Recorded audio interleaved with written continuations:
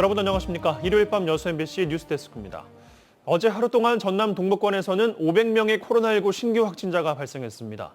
방역당국은 어제 여수에서 212명, 순천에서 170명, 광양에서 105명, 고흥에서 13명이 각각 신규 확진됐다고 밝혔습니다. 방역당국은 오미크론 변이 확산으로 확진자가 급증하고 있다며 기본 방역수칙 준수와 함께 증상이 있을 경우 신속 항원 검사 실시를 당부하고 있습니다. 전남 지역에서 하루 1,000명이 넘는 코로나19 확진자가 발생하는 가운데 전라남도가 지역 맞춤형 방역 대책을 강화하기로 했습니다. 전라남도는 22개 시군별로 마련된 전남형 재택치료시설에 돌봄이 필요한 홀로 사는 노인과 다인 가족 가운데 1인 확진자, 주거 환경상 재택치료가 어려운 확진자를 우선 수용하기로 했습니다. 또 먹는 치료제인 팍스로비드 처방 대상을 기존 60대 이상에서 50대 이상 기저질환자로 확대하고 확진자가 직접 기초 역학조사를 입력하는 자기 기입식 전자 역학조사도 추진할 계획입니다. 봄의 시작을 알리는 고로쇠 수액 채취가 남녘에서 시작됐습니다. 전국 최초로 지리적 표시제에 등록돼 상품성을 인정받고 있는 광양 고로쇠 수액은 올해 예상 생산량만 90여만 리터 이를 것으로 보입니다. 김주희 기자입니다. 광양시 옥룡면 백운산 기슭. 수십 년 수령의 고로쇠 나무에서 맑고 투명한 수액이 맺혀 흘러내립니다.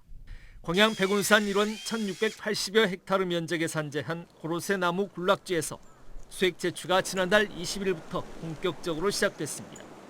고로쇠 수액의 채취량은 다음 주 이후 더욱 늘어날 것으로 전망됩니다. 올해 유난히 가뭄 탓으로 가뭄으로 인하여 지금 채취량이 좀 줄어드는 현상을 보이고 있습니다.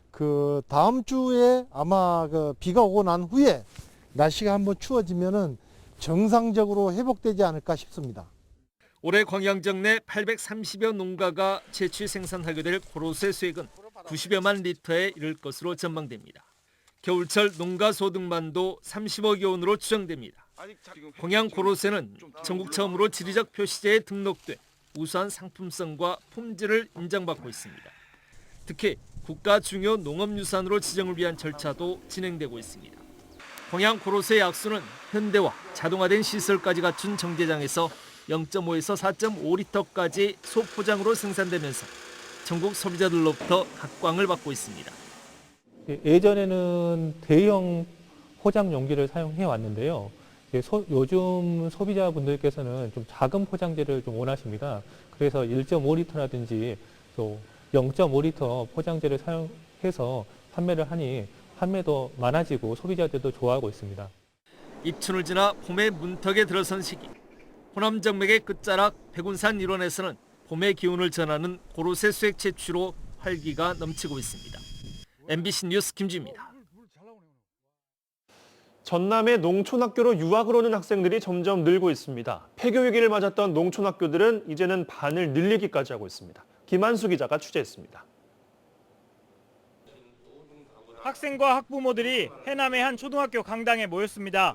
3월 새학기를 앞두고 농촌학교로 전학 오는 학생들을 위해 마련된 오리엔테이션입니다. 농촌학교로 전학을 오면 6개월에서 길게는 3년까지 다양하고 특색 있는 농사노촌 프로그램을 경험할 수 있습니다. 일단 서울에서 왔고요. 자연사 박물관이나 해산물 같은 게 많이 기대가 돼요. 아이들이 이제 그 안에서 좀 자연과 많이 배울 수 있는 게 충분한 시간이 되지 않을까라는 생각을 해서. 학생만 전학을 오는 것이 아니라 가족 전체가 농촌으로 이주를 하기도 합니다. 마을 주민들과 학교 교사들은 빈집을 정리하며 직접 학생과 학부모들 맞이해 나섰습니다. 작년 저희들이 11월 3일 그렇게 학생 모심을 하고 난 뒤에 지금 마을 주민들 101분 정도가 늘으셨고, 마을 주민과 학교, 지자체 등 모두가 합심해 작은 학교 살리기에 나선 결과 최근 이 학교에는 초등학교 38명이 전학을 왔고 20여 가구가 새로운 이웃이 됐습니다. 강아지를 키울 수 있어서 좋을 것 같고 새학기 시작하니까 선생님이나 친구들 반 전체가 궁금해요. 전남 농사노촌 프로그램이 인기를 끌면서 농촌학교로 유학을 온 학생들은 지난해 1학기에는 82명, 2학기에는 165명으로 2배 넘게 늘었습니다. MBC 뉴스 김한수입니다.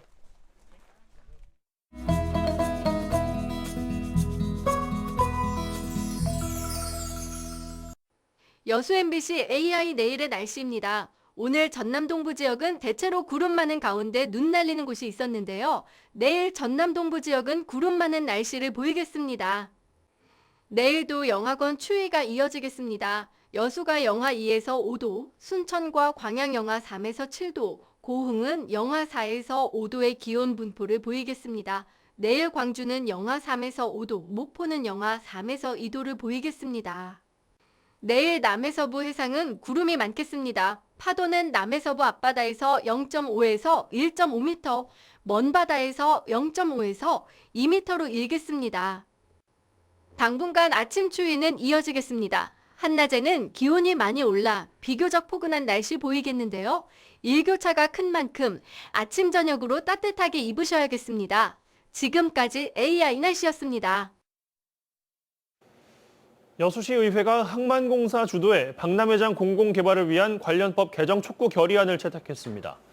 여수시의회는 최근 박람회 정신과 유리된 남개발 가능성과 저조한 민간 투자 유치로 인해 박람회장 사업 활용이 성과를 내지 못하고 있다며 해양수산부가 항만공사 주도의 박람회장 공공개발을 대안으로 제시한 만큼 관련 법 개정을 통해 법적 근거 마련이 필요하다고 밝혔습니다.